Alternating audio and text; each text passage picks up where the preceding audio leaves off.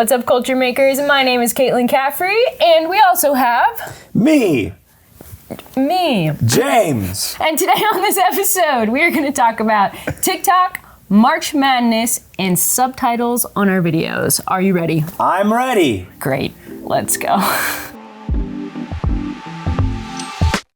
James, today on this episode, we are going to talk about the ever controversial matter of TikTok being banned forever. Okay. There are actually Wonderful. some pretty serious conversations going on right now. In fact, TikTok's CEO testified in Congress this week about it getting banned because this is like a government issue as well as like a family parent-child issue as well as other social media platforms trying to jump in on this thing and fight for their space. So when it comes to really complicated issues like this, where there are multiple sides and perspectives and everybody has an opinion, how in the world do we navigate this as Christians? Yeah, I mean, I think the first thing we have to remember is that opinions are kind of like armpits. Everybody has them and most of them stink. Wow.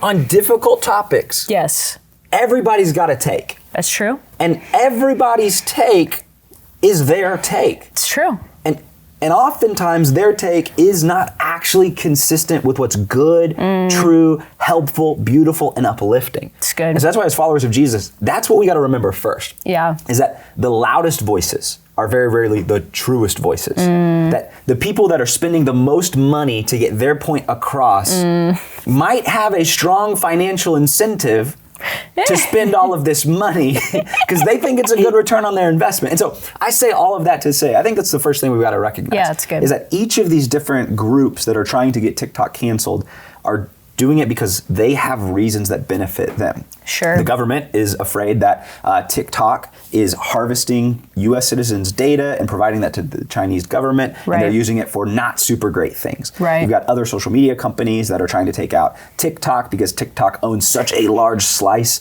of the digital social media space, and they want that back. Yeah. You've got parents who are genuinely concerned about the well-being, the mental health of their kids, Sure. because there's lots of studies that show the more time you spend on social media, the lower your mental well-being actually becomes. Right. So all of that is real. All of those different groups are making points that some are good, some maybe not so much. Right. For those of us who are followers of Jesus, though, what we want to continually come back to is what's good, Yeah. what's true, Yeah. what's beautiful, and what brings people closer to Jesus. Come on. And so how should we think about this? Well, if your world is falling apart because TikTok just might be banned, then maybe TikTok or social media entertainment has become an idol in your life that needs to be torn down. It's good.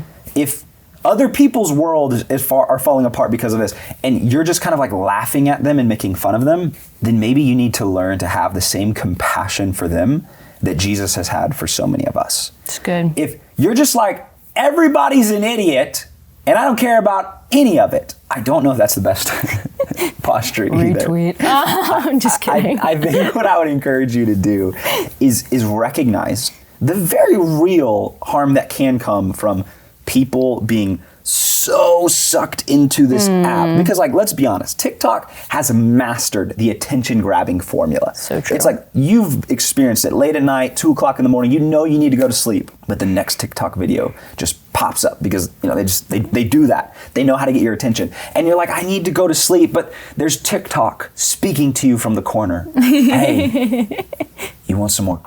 Now, I'm not saying that TikTok is an illegal drug, but I'm saying it has that same level of addictive effect. And so, no matter what ends up happening in the external world, as followers of Jesus, we need to let Him define what's going on in our internal world. And so what I would encourage you to do is have compassion for those whose worlds are falling apart. Yeah. I would tear down the idol of TikTok if your world is falling apart. Yeah. And no matter what, I would make sure that our focus is on Jesus, that He is the center of our lives, because when He's the center, when He is our anchor, then no matter how many different opinions are being thrown out, we can stay grounded in what is good, what's true, and what's beautiful. A recent study, speaking of government and studies and things something that we are finding. Aliens, do they exist? Oh my gosh. In Creed, Colorado, they do. In Creed, Colorado, my favorite mining town. I knew it. A study of young adults showed that 61% of people in Gen Z prefer to watch TV or videos with subtitles on, even if it's in their native language. There's many different theories as to why this is true, but I think it's just really interesting to think about what is the thing that makes that so appealing to us. So speaking of social trends, ooh, yes, another one is male influencers in their 20s on YouTube trying to teach other young guys how to make a fortune. Oh, yeah. And so it's like... hustle culture! Right. I am not a male influencer in my 20s trying to make a fortune on YouTube. Wow, thank you for being honest about that. Yeah, I've worked really hard on releasing my aspirations in that area. Have you ever had a goal or dream to do that? Or where do you think that comes from? I think it comes from the fact that people can be whoever they want to be on social media. They can present this version of themselves that may not actually line up with reality, but the people watching the videos can't be sure about it. And so what you get is these young guys that are really confident and they speak with authority and they've probably read some helpful books. They've learned from actual financial experts and they're just repeating the things that they've heard. Yeah. And because of the way YouTube and social media works, because they're probably good-looking dudes that are well-dressed and well-spoken, and they're saying what is mostly good stuff, they build an audience. And so they end up actually making money off of the audience and just repackaging other people's wisdom. Stuff. You know what? More power to you, gentlemen. That's the environment. You've taken advantage of it. But for us as viewers, as listeners, what I would encourage us to do is to actually look not just at what people say in their videos, but the life they've built. Right. I had people ask me years ago, if I was going to write a book, because I like to write stuff. I've learned a lot in my journey, and I've always said I'm not going to write a book until at least I'm 35. Yeah. Because I'm still in my 20s. There's still so much life that I haven't lived yet. And so while I could share wisdom I've learned from other people, at this point it feels inauthentic to build a platform off of somebody else's hard work. Come on, somebody. So what I want to do is I want to point people to those experts who don't just talk the talk, but have actually walked the walk and been doing it for years. Yeah. And so what I would encourage you to do is, if you are listening to some of these young dudes that are good looking, all that kind of stuff, is figure out who they learned their wisdom from. Yep. And then go directly to the source. Yep. Because then you're going to find not just the prettied up version of it, but the actual hard-earned wisdom that is time-tested.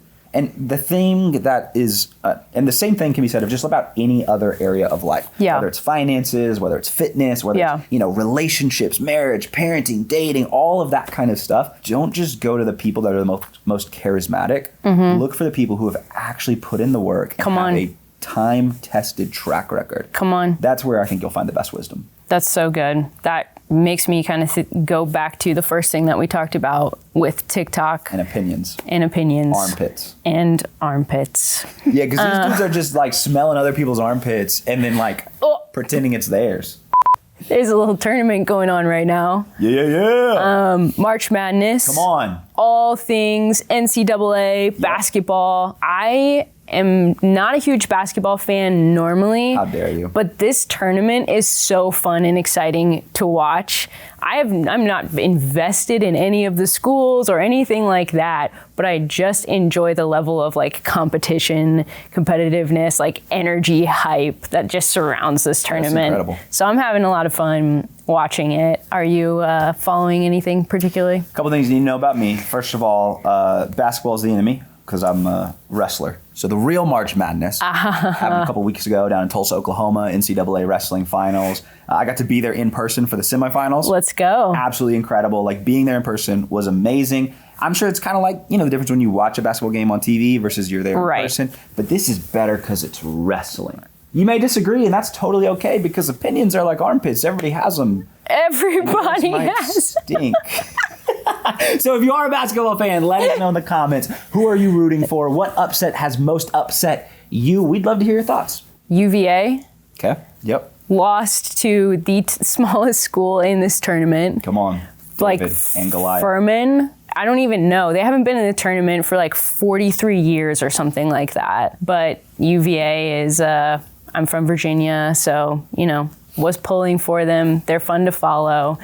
And they got beat by a little tiny school that I've never heard of in my entire life. Isn't it amazing how God does that? Congratulations. Jesus said the kingdom of heaven is like a mustard seed. It's the smallest of all garden seeds. But when it gets planted in the ground, eventually it starts to grow to become this large tree with branches big enough for all the birds of the air to find their rest in.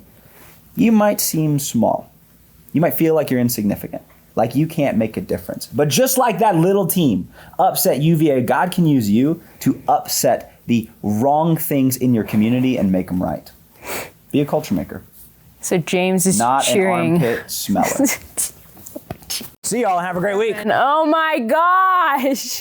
So on this episode of Culture Makers, we've talked about TikTok and opinions, we've talked about subtitles, we've talked about influencers, and we've talked a whole lot about armpits. Armpits! What do you need to know about all of this?